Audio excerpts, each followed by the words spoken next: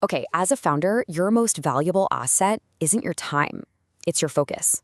But for so many of us, that focus gets completely hijacked by an inbox that just never stops and a calendar that's packed with everybody else's priorities.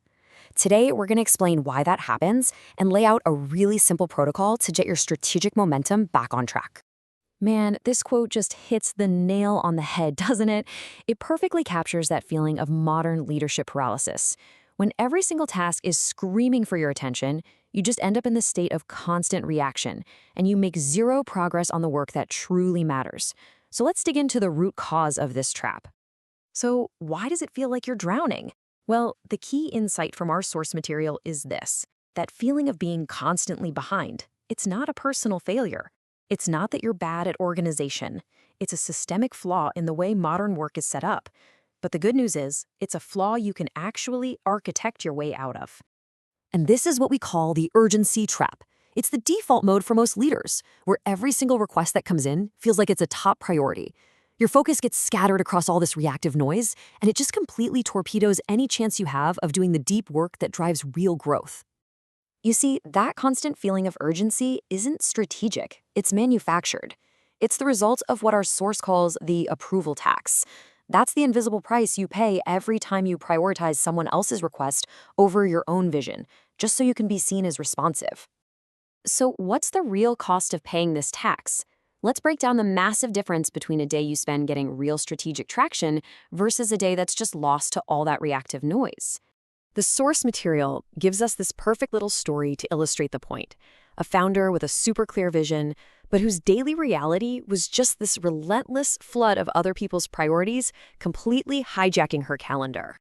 And here's the critical diagnosis. This wasn't a failure of her ambition, it was a failure of executive boundaries.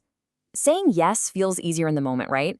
But that short-term ease creates massive long-term strategic debt. Every yes to a low-leverage task is a hard no to your most important work. This right here perfectly captures the cost of paying that approval tax. See, activity, a full inbox, back-to-back meetings, that is not the same thing as achievement. It's just the illusion of motion.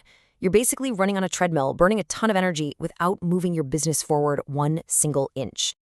And believe me, this pattern is universal. The source mentions another leader who felt constantly behind and blamed her workload.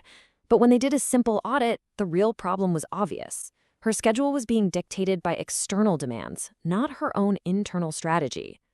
This slide just lays out the two realities that every founder lives in. On the left, you've got reactive noise, where your days are basically owned by other people. On the right, you have strategic traction, where you own your days. The goal isn't just to be a little less busy, it's to fundamentally shift your entire operating model from that left column over to the right. So how do you make that jump?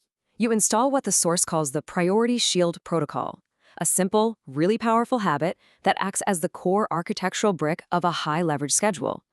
And it all comes down to this number. Not 20, not 10, just 3. This is the foundational piece of a truly high-leverage schedule. Okay, so here's how the protocol works in action. Step 1. Before the world has a chance to tell you what's important, you define your 3 non-negotiable priorities for the day. Step 2. You protect the time for them fiercely. And step 3. You use this list as a filter for every yes and every no that comes after. So let's go back to that overwhelmed founder. She started using this protocol with one simple question as her shield.